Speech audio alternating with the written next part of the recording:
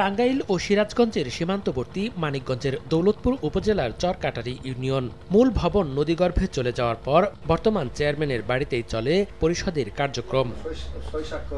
Union পরিষদের প্রশাসনিক কর্মকর্তা পরিবর্তন হওয়ার পর গত অক্টোবরের শেষে যোগ দেন নতুন কর্মকর্তা সেলিম মোল্লা। এরপর আগের জন্ম নিবন্ধনের তালিকা দেখতে গেলে ধরা পড়ে নানা অসঙ্গতি। পরে তার অনুসন্ধানে বের হয়ে আসে ৭৯৫টি ভুয়া জন্ম নিবন্ধন, যাদের মধ্যে কেউই মানিকগঞ্জ জেলার বাসিন্দা নন। বিষয়টি ঊর্ধ্বতন কর্তৃপক্ষকে জানানো হলে বন্ধ করে দেয়া হয় ইউনিয়ন পরিষদের আইডিতে সব জন্ম মৃত্যু নিবন্ধন কার্যক্রম। পরবর্তীতে আমি সেগুলোর তালিকা করি, অবৈধ নিবন্ধনগুলো বন্ধের জন্য আবেদন করা হয়। এদিকে খবরটি ছড়িয়ে পড়লে চাঞ্চল্য তৈরি হয় ইউনিয়ন জুড়ে। নিবন্ধন বন্ধ হওয়ায় বিপাকে পড়েছেন স্থানীয়রা। এলাকাবাসীর অভিযোগ, মোটা অঙ্কের টাকার বিনিময়ে এমন অপরাধ করেছেন ইউপি চেয়ারম্যান, উদ্যোক্তা ও সাবেক প্রশাসনিক কর্মকর্তা।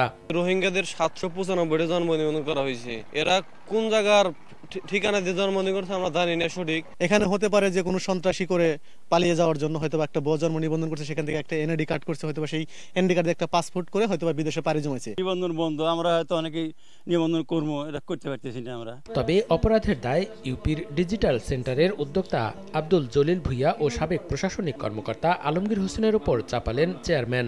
এই যে অবৈধ জন্ম নিবন্ধন, এটা আমার অগোচরে হয়েছে, উদ্যোক্তা করেছে, এর বিন্দুমাত্র আমি জানি না। উপজেলা প্রশাসন বলছে বিষয়টি নিয়ে তদন্ত চলছে, তবে বিকল্প উপায়ে জন্মমৃত্যু নিবন্ধনের ব্যবস্থা করা হয়েছে। চেয়ারম্যান আছে, তারপর ওখানকার যারা সচিব আছে তাদেরকে বলে দিয়েছি প্রয়োজনে নিজেরা করে অথবা মেম্বারদের সহায়তা নিয়ে তারা যেন যাচাই বাছাই করে জন্ম নিবন্ধনগুলো দেয়। যমুনাপাড়ের চরকাটারি ইউনিয়নের ২০টি গ্রামের বাসিন্দার সংখ্যা প্রায় ১৪,০০০। সময় সংবাদ, মানিকগঞ্জ।